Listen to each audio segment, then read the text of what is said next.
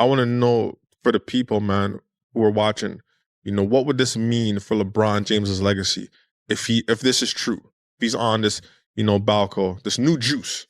I want to know, man. He said what Chael Sonnen said. LeBron James, I don't know what had happened, but I do know what had happened.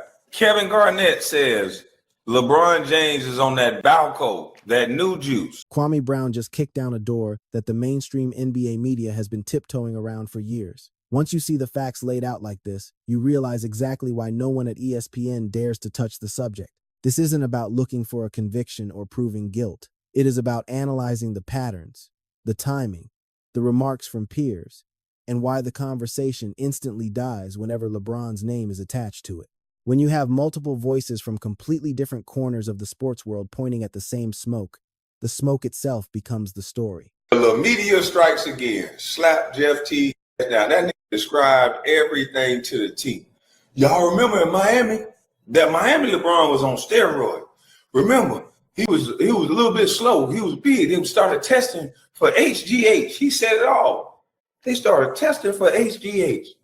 Then, boy, when LeBron came back, boy, that was the best LeBron. Do you honestly believe this topic is taboo because it's a conspiracy theory, or because powerful people are terrified of the answer if we start asking real questions about LeBron James?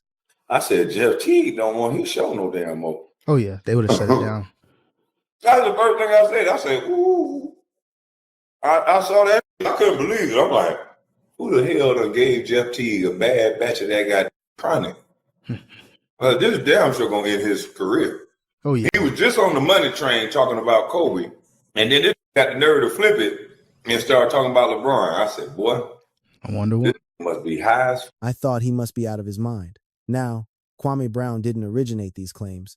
He simply repeated what was already public knowledge and asked the questions everyone else is too afraid to vocalize. Why does LeBron James exist in a protective bubble where standard speculation is forbidden?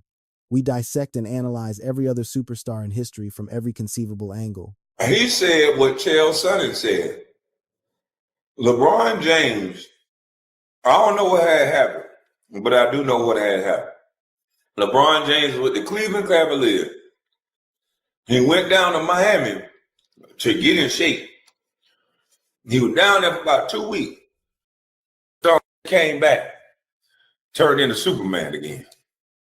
I'm just saying. He specifically highlighted LeBron's physical transformation, the convenient timing of his breaks, and the sheer physical dominance he displayed immediately after. Whether Teague was joking or serious is irrelevant now because the aftermath told the real story.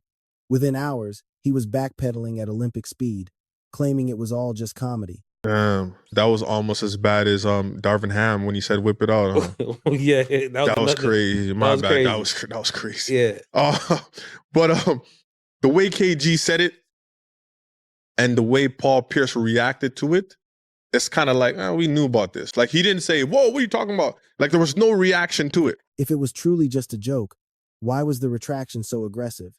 Why did it look like crisis management instead of a simple clarification? Harmless jokes rarely require a full damage control tour. That is where Kwame connected the dots to a larger pattern involving LeBron, clutch sports, and the invisible line nobody crosses.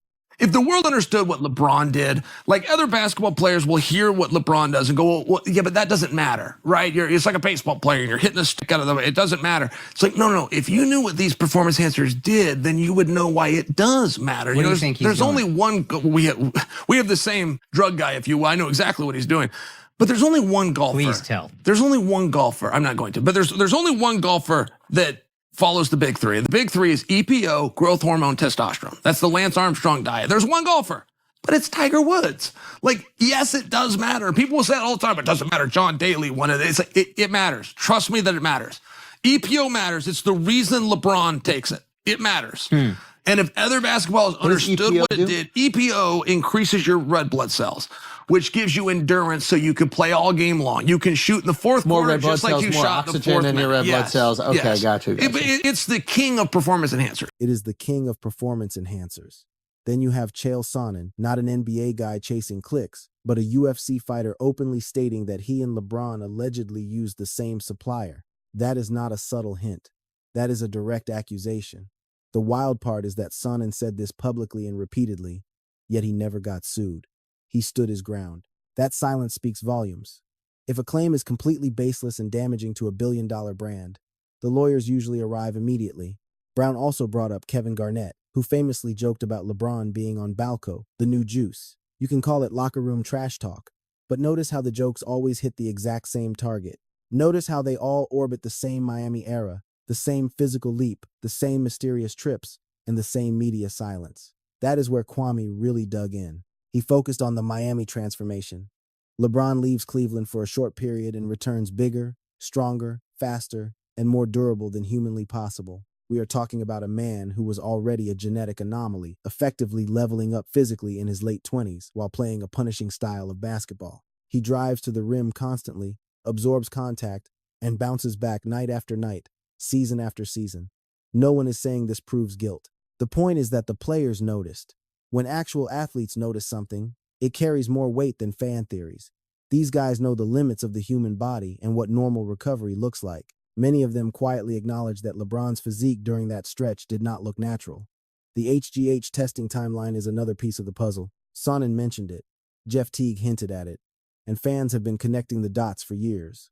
The NBA announces HGH testing, and suddenly LeBron's body changes.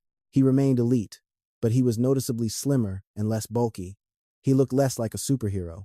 It is another coincidence that mainstream TV refuses to investigate. The issue here isn't guilt or innocence, it is the silence. ESPN will debate Jordan versus LeBron until the sun burns out. They will argue about rings, spacing, and eras. But they will never ask what if. They will never hypothetically discuss how performance-enhancing substances might skew his legacy. That conversation is effectively banned. Kwame Brown made it clear why. LeBron James isn't just a player. He is a corporation. He is the financial engine for TV contracts, shoe deals, agencies, and entire networks. Too many people have too much money riding on LeBron James being untouchable. See, they don't kill the debate with facts. They kill it by making sure it never even starts. That's why Jeff Teague's reaction was such a tell. The way he moonwalked back, his comments spoke volumes. Kwame said it felt like the higher-ups made a phone call. Maybe that is just speculation. Maybe it is a fluke. But when an ex-pro suddenly sounds rattled, claims he was just kidding, and tries to laugh off his own statement, the audience picks up on that vibe immediately. Kwame also highlighted how LeBron constantly brags about dropping millions on his body, but never shares the blueprint. No step-by-step guide, no transparency, just buzzwords like treatment, recovery, supplements, and science. Rashad McCants was on the exact same wavelength. If everything is above board and replicable, why isn't the formula public knowledge? Why don't we have an open-source guide for longevity the way we do for jump shot mechanics or weightlifting? Even the legends usually age like normal humans. Kobe's body gave out. Wade lost a step, Duncan faded, and Shaq slowed down. But LeBron, a physical powerhouse who makes his living banging in the paint, somehow breaks every rule of biological decline. He is still flying down the lane and logging major minutes at 40, talking about playing until 45. That doesn't prove guilt, but it definitely begs the question. Kwame's point wasn't about skill. No one questions the IQ, the passing, or the dominance. The skepticism is strictly about the engine, the recovery speed, and durability that seem impossible given the miles on his odometer. With any other athlete, looking at the data is called analysis. When you do it with LeBron, they label you a hater. The elephant in the room is the lack of hard evidence. And Kwame owned that. Chael Sonnen can talk trash. Kevin Garnett can crack jokes. And Teague might slip up. But without a positive test or a paper trail, it is all hearsay. And the media loves that gray zone because it means no lawsuits, no liability, and no awkward interviews. Kwame also brought up the shady history, how LeBron's camp has popped up in past investigations, and how performance labs have been linked to his orbit without anything ever sticking. It is circumstantial, sure, but context is key when asking why this story always vanishes. What really ticks fans off is the obvious double standard. We tear apart baseball icons, strip medals from cyclists and Olympians, and suspend NFL stars. But basketball's golden boy sits in a sanctuary where mere skepticism is treated like a sin, and Kwame Brown is done playing along. By the end of his rant, he wasn't trying to act like a judge or jury. He was spotlighting the silence, the fear, and how quickly folks fold when the king's name comes up. He was voicing the exact thoughts fans yell at their TVs. The math just doesn't work here. And refusing to address it only makes it look shadier. Maybe he really is the chosen one. A once-in-a-lifetime freak of nature, a perfect mix of genetics, cash, tech, and discipline. It is possible. But if that is the secret sauce, why not share the recipe? Why not embrace the scrutiny instead of burying it? Until we get answers, this topic isn't fading. Every nervous laugh and retracted statement just adds fuel to the flame. Kwame didn't light the match. He just pointed at the smoke and asked, "Why are we acting like there is no fire?" The real issue isn't even about guilt or innocence anymore. It is about why the NBA media is petrified to even touch the subject. Crazy conspiracy theories usually die out naturally. This one refuses to go away.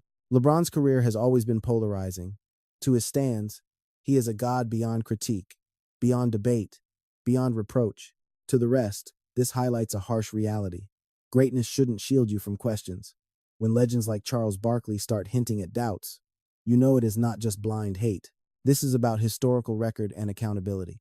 Fans know that a true legacy isn't just about the numbers or the highlight tapes. It is about the context, the battles, and how you stood tall when the narrative wasn't in your favor. The press spent 20 years shielding him from tough storylines, but the dam is breaking, and now those same reporters are stunned the conversation has turned. If you think we should be able to discuss this without people freaking out, smash that like button.